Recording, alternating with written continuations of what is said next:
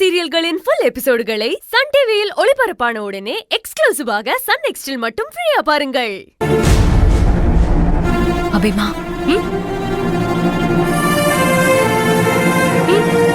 அபி, நான் திரும்ப திரும்ப கேக்குறேனேன்னு தப்பா நினைக்காத. இன்னும் கொஞ்ச நேரத்துல உனக்கும் கதிர்க்கும் நிச்சயதார்த்தம் நடக்க போகுது. கடைசியா ஒரு தடவை கேக்குறேன், நீ எடுத்த முடிவுல இப்பவும் ஸ்ட்ராங்கா இருக்கியா?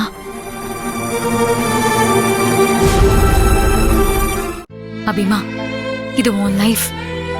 இதுல நீ தப்பா ஒரு முடிவெடுத்து கஷ்டப்படக்கூடாதுன்னு உன் அக்கா நான் ரொம்ப பயப்படுறேன், கவலைப்படுறேன். நம்ம அப்பா அம்மா இருக்கிறப்போ அவங்களுக்கு ஏதாவது ஒரு விஷயத்துல நிம்மதி இருக்கணும்னா நான் இருக்கேன், நான் உன்னை பாத்துக்கிறேங்கிற ஒரு விஷயம்தான் இருக்கும். அந்த நம்பிக்கையை நான் காப்பாத்தணும் அபிமா. உன்னை நல்லபடியா வாழ வச்சு பார்க்கணும். என்ன சொல்லு.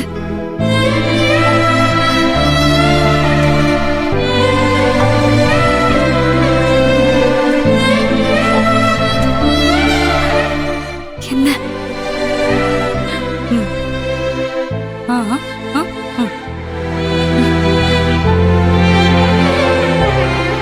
அக்கா, நீ நைட்டு பூரா தூங்காம முழிச்சிட்டே இருந்த.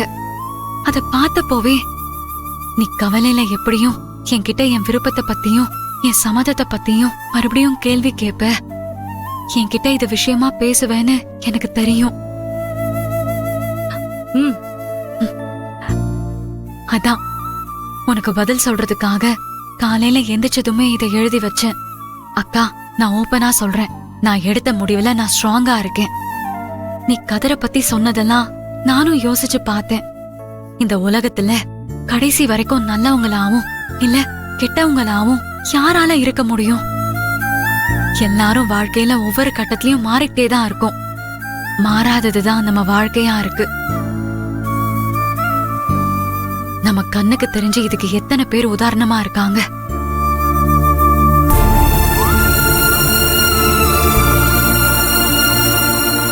நம்ம சஞ்சீவியே எடுத்துக்கோங்க. அவர் ஒரு காலத்துல எப்படி இருந்தாரு? அவரை பார்த்தாலே நமக்கு பிடிக்காதுல்ல. சஞ்சீவ்னாவே எனக்கு வெறுப்பும் கோவமும் தான் வரும். ஆனா இப்ப சஞ்சீவ நினைச்சா ரொம்ப பாசமும் பிரியமும் வருதே. அது எப்படி?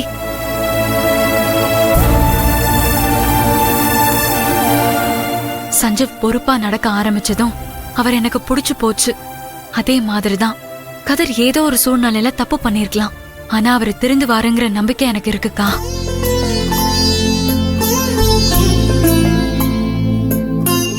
அந்த நம்பிக்கையோட அத்தைக்கும் சின்னையாவுக்கும் பண்ற நன்றி கடனா நினைச்சுதான் நான் கதிரை கல்யாணம் பண்ணிக்க சம்மதிச்சேன்.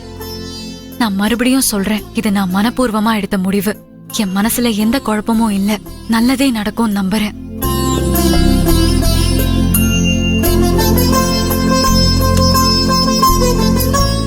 அபிமா, அத்தைக்கும் சின்னையாவுக்கும் நன்றி கடன் தீர்க்கணும்னா அதுக்கு வேற எத்தனையோ வழி இருக்கு. இதுக்காக உன் வாழ்க்கையை விட்டு கொடுக்கறது வேண்டாம் அபி.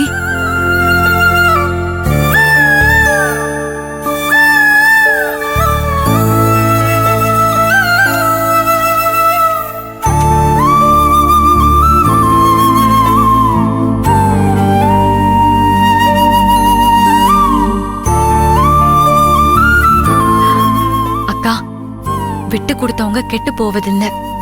நம்ம சின்னையாவுக்காக நான் சந்தோஷமா விட்டு கொடுக்கிறேன். அபி, என்ன அபிமா? இதுக்கு நான் ஒத்துக்க மாட்டேன். சின்னையாதான் என்னமோ சொல்லி உன் மனச கலைச்சு விட்டுருக்காரு. அவரை நான் சும்மாவே விட போறதில்ல அபி. நீ நான் சொல்றத கேளு. நீ உணர்ச்சி வசப்பட்டு எந்த முடிவும் எடுக்காது.